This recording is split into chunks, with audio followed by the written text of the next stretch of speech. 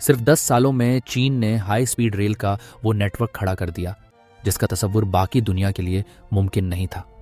आज चीन के पास 45,000 किमी से ज्यादा हाई स्पीड रेल है जो पूरी दुनिया के दूसरे मुआलिक को मिला दिया जाए तो भी उससे कम है।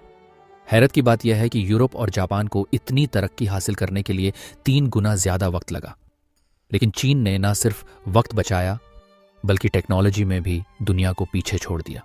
आप चाइना के पुलों को ही देख लें जिन्होंने समंदर को गोया जमीन में बदल डाला। ह्यूमन पुल इसकी बेहतरीन मिसाल है जो 10 से 650 मीटर के मरकजी हिस्से के साथ समंदर के ऊपर मुल्लक है और कई सालों तक चीन का सबसे तवील पुल रहा। लेकिन यह आगाज था। चीन ने समंदर को भी नहीं बख्शा। जमीन पर हाई स्पीड रेल का जाल बिछाने के बाद उसने जरे समंदर भी तेज रफ्तार ट्रेन का रास्ता बना डाला। सोचकर ही हैरत होती है कि जिस जगह पर आमतौर पर सिर्फ आपस या बड़ी बहरी कश्तियां चलती हैं वहां अब ट्रेनें दौड़ें। चीन ने जरे समंदर एक ऐसा हाई स्पीड ट्रैक बनाया है जो दुनिया में अपनी नौयत का पहला और सबसे जदीद मंसूबा है। इस ट्रैक पर चलने वाली ट्रेनें न सिर्फ रफ्तार में सबको पीछे छोड़ देंगी बल्कि यह महफूज तरीन भी होंगी, क्योंकि इसके लिए खुसूसी सिस्टम्स नस्ब किए गए हैं जो दबाव और जजले की सूरत में भी ट्रेन के सफर को मुतासिर नहीं होने देते। दिलचस्प हकीकत यह है कि इस मंसूबे के लिए तिकल मशीनों को समंदर के नीचे उतारा गया जो रोजाना कई मीटर जमीन और चट्टान काटती रही।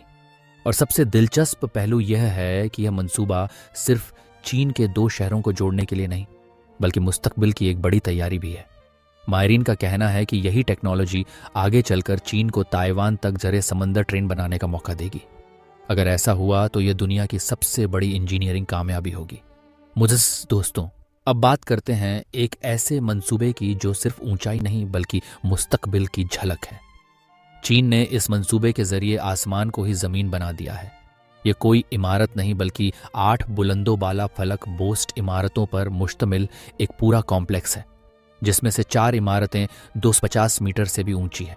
लेकिन असल हैरत की बात यह है कि इन इमारतों के बीच आसमान में एक पुल है जिसे दी क्रिस्टल कहा जाता है जो तकरीबन 300 मीटर तवील है और 4 फलक बोस्ट इमारतों के दरमियान फिजा में मुलक है। यह क्रिस्टल सिर्फ एक पुल नहीं बल्कि एक मुकम्मल जिंदगी है और इसमें हैंगिंग गार्डन्स हैं, लग्जरी रिसोर्ट्स हैं, तफरीही मराकज़ और एक शानदार पैनोरामिक ऑब्जर्वेटरी है जहां से दरिया योंगसी और जालिंग का हसीन मिलाप देखा जा सकता है। दिलचस्प बात यह है कि इसे मारूफ आर्किटेक्ट मोशफ सफ्ती ने डिजाइन किया वही मामार जिन्होंने सिंगापुर का मारीना बे स्टैंड्स भी बनाया था। राफेल सिटी को इस तरह बनाया गया है कि यह जलजले, तूफान और मौसमी असरात को भी बर्दाश्त कर सके।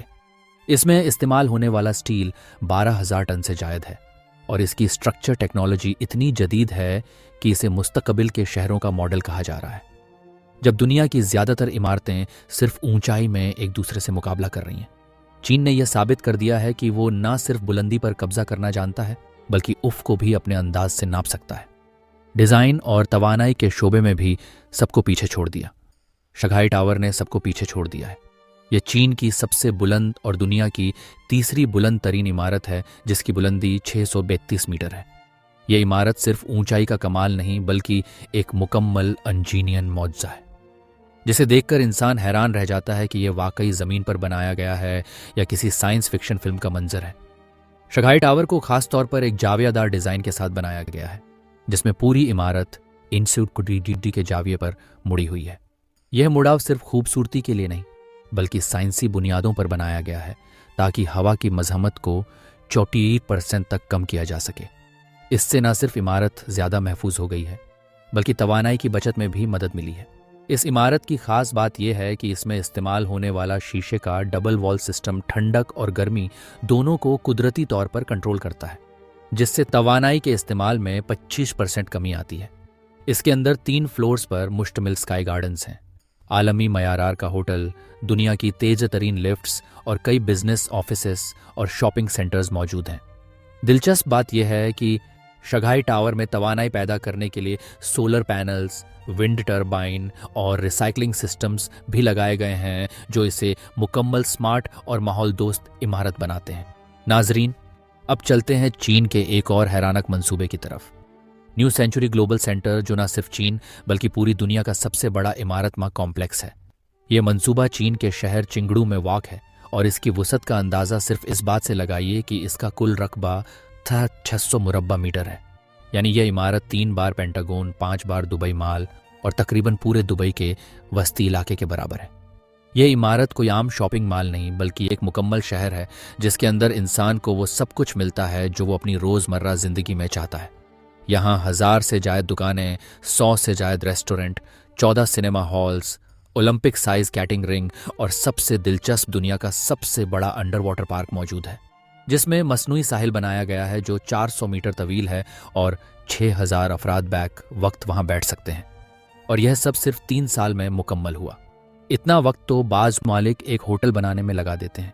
न्यू सेंचुरी ग्लोबल सेंटर सिर्फ एक इमारत नहीं बल्कि यह उस सोच की अक्कासी है जो कहती है कि अगर इंसान चाहे तो वो ज़मीन के अंदर एक मुकम्मल दुनिया बसा सकता है। यह चीन का वो कारनामा है जिसने दुनिया को बता दिया कि मुस्तकबिल सिर्फ ख्वाब नहीं, वो चीन में तामीर हो रहा है। और दोस्तों, सबसे आखिर में बात करते हैं चीन के उस मंसूबे की जो बज़ाहिर छोटा नजर आता है, लेकिन इसने शहरी जिंदगी के सबसे बड़े मसले यानी पार्किंग को हल कर दिया है।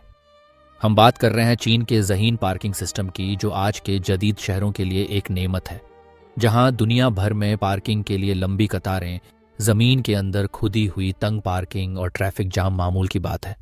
चीन ने इस मसले का भी ऐसा हल निकाला है कि बाकी दुनिया दंग रह गई है। चीन के शहर हांगजू में बनाया गया 20 मंजिला ऑटोमेटेड पार्किंग टावर सिर्फ एक बटन की मदद से आपकी गाड़ी को पार्क कर देता है। आप गाड़ी वहां छोड़ते हैं और एक रोबोटिक निज़ाम उसे खुद ब खुद ऊपर ले जाकर एक खाली स्लॉट में रख देता है और यह पूरा अमल चंद सेकंड्स में मुकम्मल होता है और वापसी पर भी इतनी रफ्तार से आपकी गाड़ी आपके सामने ला खड़ी कर दी जाती है। इस अमूदी पार्किंग टावर में 100 गाड़ियां आ सकती हैं, जबकि इतनी जगह पर आमतौर पर 500 गाड़ियां पार्क हो सकती हैं।